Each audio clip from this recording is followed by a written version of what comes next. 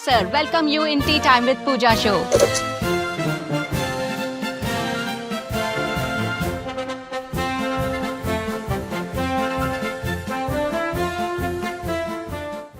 स्वागत करते हैं धनंजय कुमार मिश्रा सर का.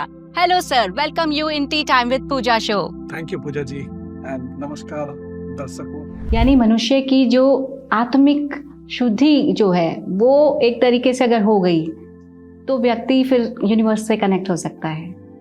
मैं डॉक्टर साहब आपसे ये भी पूछना चाहूँगी कि आप कोई साधु वाला जीवन नहीं जीते, आप कोई सन्यासी वाला जीवन नहीं जीते, आप बिल्कुल कूल एक मतलब मैं कहूँगी आप प्रोफेसर हैं. वैसे तो डॉक्टर साहब का मैं परिचय देना चाहूँगी कि डॉक्टर साहब प्रोफेसर भी हैं और लॉ में डॉक्टर साहब PhD किए हुए हैं. तो डॉक्टर साहब मैं ये जानना चाहूँगी सर आपसे कि मतलब आपने अपने जीवन को बिल्कुल एक ऐसा आम जीवन आप जी रहे हैं, तो कैसे मैनेज कर रहे हैं अपने आप को? देखा जाए तो मैं जिस तरह का जीवन जीता हूँ उसे साधारण और असाधारण के परिभाषा में ना रखा जाए तो बेहतर होगा. साधारण और असाधारण जीवन किसी चीज पर निर्भर करता है तो वो मालिक के कितने करीब है उस पर निर्भर करता है. साईं बाबा जैसे कोई साधारण जीवन जीने वाला नहीं होगा. बिल्कुल. लेकिन लोग उनको बहुत असाधारण समझते थे. बिल्कुल. तो साधारण और असाधारण का परिभाषा मुझे लगता है कि इस दैनिक जीवन में नहीं दिया जा सकता. बिल्कुल. लेकिन मैं ये कहता हूँ कि आध्यात्मिक जीवन में इसका परिभाषा जरूर है. आप कैसे दिखते हैं इससे मतलब नहीं है. कौन से दाढ़ी रखा, कौन से चोला पहना, क्या फर्क पड़ता है. बिल्कुल. और कई लोग तो दिगंबर हैं जो चोला ही नहीं पहनते. जैसा प्रकृति से उपलब्ध हुआ शरीर वैसे ही रहता. बिल्कुल.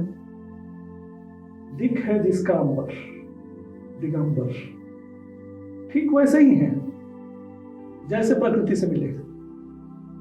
ना कोई चोला, ना कोई आडंबर, ना किसी तरह का कोई कुतर्क, ना मलिनता, ना हृदय पे कोई चोट, ना वाणी से, ना ही कर्म से, ना ही मन से. तो इस तरह की मैं ये कहूंगा कि ये आध्यात्मिक जर्नी है. किसी को भी इस जर्नी तक आने हैं तो उसके लिए कुछ सुलभ रास्ता है. और रास्ता ये है कि पहले खुद को जानिए.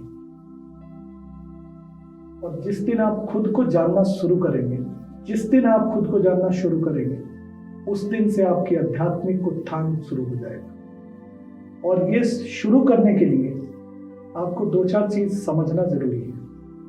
एक तो आपको समझना होगा कि आपकी अवस्था वर्तमान में क्या है.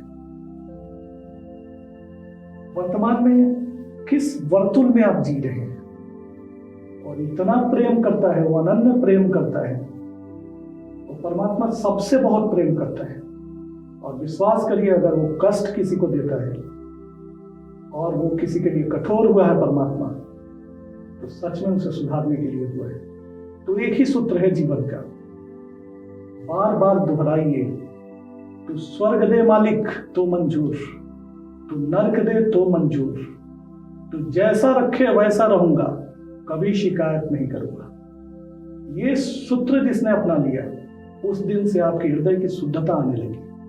और जिस दिन उस शुद्धता इस प्रकाष्ठा तक पहुंच गई कि आप में और दूसरे में कोई फर्क नहीं है, उस दिन आप भी ये कला जान जाएंगे. कोई बहुत बड़ी कला नहीं, सब कोई सीख सकता है.